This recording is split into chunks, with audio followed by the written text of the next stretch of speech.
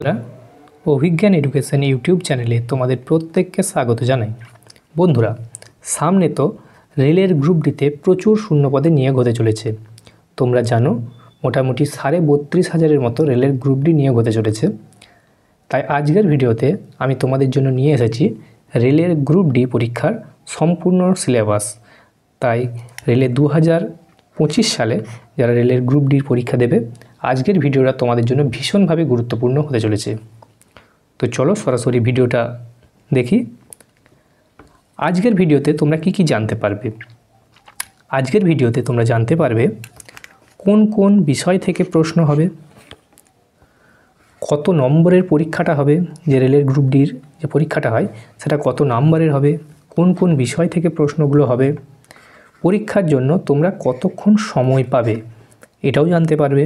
সেই সাথে তোমরা জানতে পারবে পরীক্ষার কয়টা স্টেজ থাকে, অর্থাৎ যে সিলেকশানটা কতগুলো ধাপ আছে এই সম্পূর্ণ সিলেকশন প্রসেসটার মধ্যে, সেটা জানতে পারবে।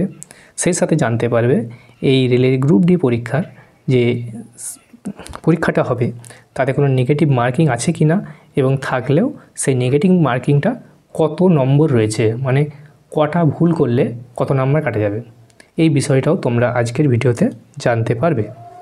তো ভিডিওটা স্কিপ না করে প্রথম থেকে শেষ অবধি তোমরা দেখতে থাকো, তাহলে তোমরা A to Z তোমরা সমস্তটাই জানতে পারবে। অন স্ক্রিন তোমরা দেখতে পাচ্ছ আমরা এখানে একটা PDF খুলে নিয়েছি, যেটা রেলওয়ে রিক্রুটমেন্ট বোর্ডের তরফ থেকেই প্রকাশিত হয়েছিল। দেখো, প্রথমে বলছে রিক্রুটমেন্ট প্রসেস, অর্থাৎ এই যে সিলেকশানটা হবে তার কি ধাপ রয়েছে। আমরা যদি সেগুলো দেখি, প্রথম ধাপ হচ্ছে তোমাদের একটা CBT হবে, অর্থাৎ computer based test. Computer based টেস্টটা কি, একটা এক্সাম সেন্টার থাকবে, সেখানে গিয়ে তোমাদেরকে কম্পিউটারে পরীক্ষা দিতে হবে। ওকে, কম্পিউটার বেসড টেস্ট। তারপরে এই কম্পিউটার বেসড টেস্টে যদি তোমরা কাট অফটা ক্লিয়ার করতে পারো, অর্থাৎ তোমরা যদি পরীক্ষাতে পাস করো কম্পিউটার বেসড টেস্টটাতে, তাহলে তোমাদেরকে ফিজিক্যাল এফিসিয়েন্সি টেস্টের জন্য ডাকা হবে, যেটাকে বলছে PET। ফিজিক্যাল এফিসিয়েন্সি টেস্টে কত কি ধাপ রয়েছে, কত কেজি ওজন তোমাদেরকে বয়ে নিয়ে যেতে হবে, কতক্ষণের মধ্যে নিয়ে যেতে হবে, কতটা দৌড়াতে হবে, কত সময়ের মধ্যে, এই সমস্তটা আমরা ভিডিও শেষে বলেছি, তোমরা দেখতে পাবে। তো ভিডিওটা দেখতে থাকো। তা তোমরা যদি ফিজিক্যাল এফিসিয়েন্সি টেস্টে যদি তোমরা পাস করো, তাহলে তোমাদেরকে ডকুমেন্ট ভেরিফিকেশান অর্থাৎ DVতে ডাকা হবে। তারপর DV হয়ে গেলে তারপর তোমাদেরকে মেডিকেল এক্সামিনেশনের জন্য ওদের যে রেলের যে হসপিটাল রয়েছে সেই হসপিটালগুলোতে তোমাদেরকে পাঠানো হবে। তো বুঝতে পারলে ধাপটা হচ্ছে কী রয়েছে, প্রথমে CBT, PET, তারপরে ডকুমেন্ট ভেরিফিকেশান, এবং সর্বশেষ হচ্ছে মেডিকেল এক্সামিনেশন। তারপর তোমরা জয়েন করে যাবে। তো এই ধাপগুলো রয়েছে। এরপর দেখব সিলেবাস কী রয়েছে। আমরা যদি সিলেবাসটা একটু দেখতে যাই, তোমাদেরকে দেখতে হবে যদি আমরা বেসড টেস্ট অর্থাৎ CBT, এই CBT পরীক্ষাটাতে কি বিষয় রয়েছে এবং কত নম্বর রয়েছে আমরা সেটা দেখব। দেখো, CBTতে টোটাল সময় হচ্ছে 90 মিনিট, অর্থাৎ 1.5 ঘন্টা তোমাদের পরীক্ষা হবে। কত নম্বরের প্রশ্ন থাকবে স্যার? নাম্বার অফ কোশ্চেন্স 100 নম্বরের পরীক্ষা হবে, অর্থাৎ 100 নম্বরের পরীক্ষা, 90 মিনিট সময় রয়েছে। এরপর দেখো কোন কোন বিষয় থেকে প্রশ্ন হবে। এখানে বলে রাখি যে প্রত্যেক যে প্রশ্ন হবে সেই প্রত্যেক প্রশ্নের মান হবে 1 নাম্বার করে, অর্থাৎ 100টা প্রশ্ন হবে। দেখো, প্রথমে যে বিষয়টাতে রয়েছে সেটা হচ্ছে জেনারেল সায়েন্স। জেনারেল সায়েন্স মানে ফিজিক্স, কেমিস্ট্রি, বায়োলজি এর মধ্যেই রয়েছে। এখানে 25টা প্রশ্ন হবে। 25টা প্রশ্ন হবে, যার নাম্বার থাকছে 25 নাম্বার, 1 নাম্বার করে প্রত্যেক প্রশ্নের মান।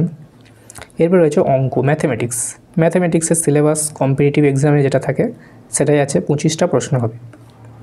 এরপর রয়েছে general intelligence and reasoning, GI যেটাকে বলি। GI-তে 30টা প্রশ্ন হবে, 30 নম্বর থাকবে।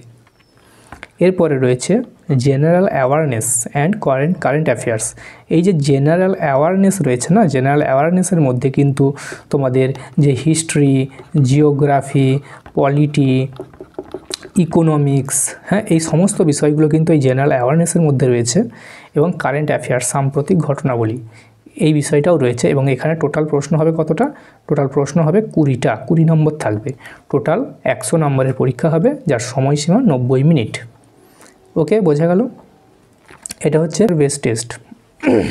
এটা হচ্ছে CBTর সিলেবাস, যেটা তোমাদের আমি বললাম। এইখানে দেখো একটা খুবই ইম্পর্টেন্ট বিষয় রয়েছে, সেটা হচ্ছে there will be negative marking and 1/3 mark shall be deducted for each wrong answer. Okay, অর্থাৎ এই যে সিবিটিটা হবে, কম্পিউটার বেস টেস্ট, 100 নম্বরের পরীক্ষা হবে, এখানে কিন্তু নেগেটিভ মার্কিংটা আছে। নেগেটিভ মার্কিং কি আছে?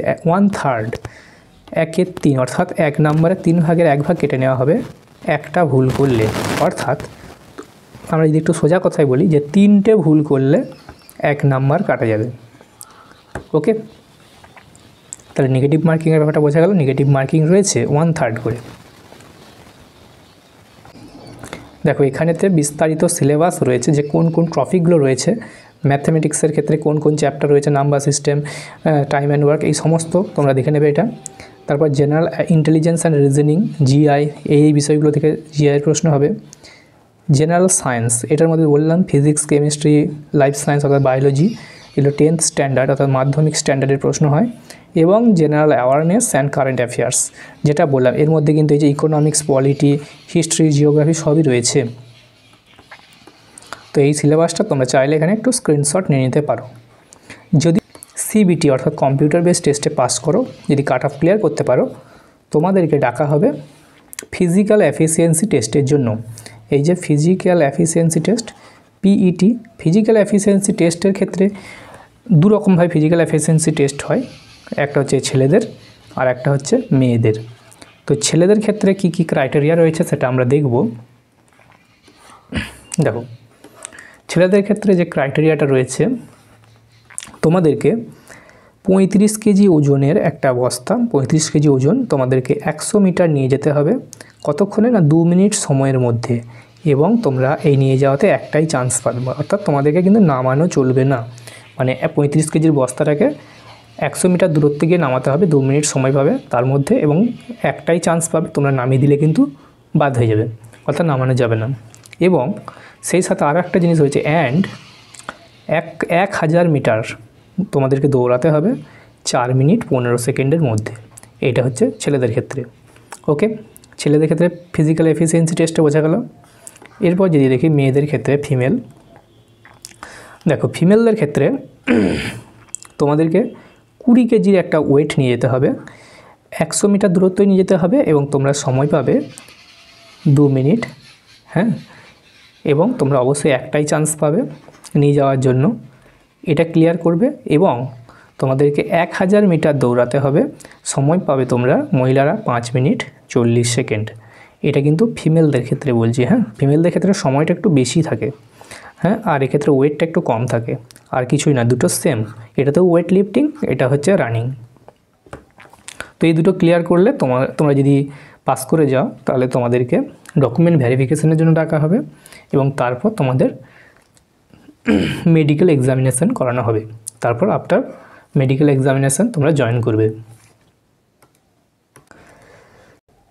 এবং সে সাথে দেখো একটা খুবই গুরুত্বপূর্ণ বিষয় বলেছে, যে ক্ষেত্রে কিন্তু রেলের পরীক্ষা, তাতে কিন্তু নর্মালাইজেশন হয়। নর্মালাইজেশন জিনিসটা তোমরা আশা করি জানো, যে কোশ্চেনের ডিফিকাল্টিটা দেখে কিছু মার্কস অ্যাড হয়, কিছু নাম্বার পাওয়া যায়, সেটা হচ্ছে নর্মালাইজেশন। সেই নর্মালাইজেশন তোমাদের রেলের গ্রুপ ডিতে থাকে, এটা আগের বারেও ছিল, এবারেও আছে।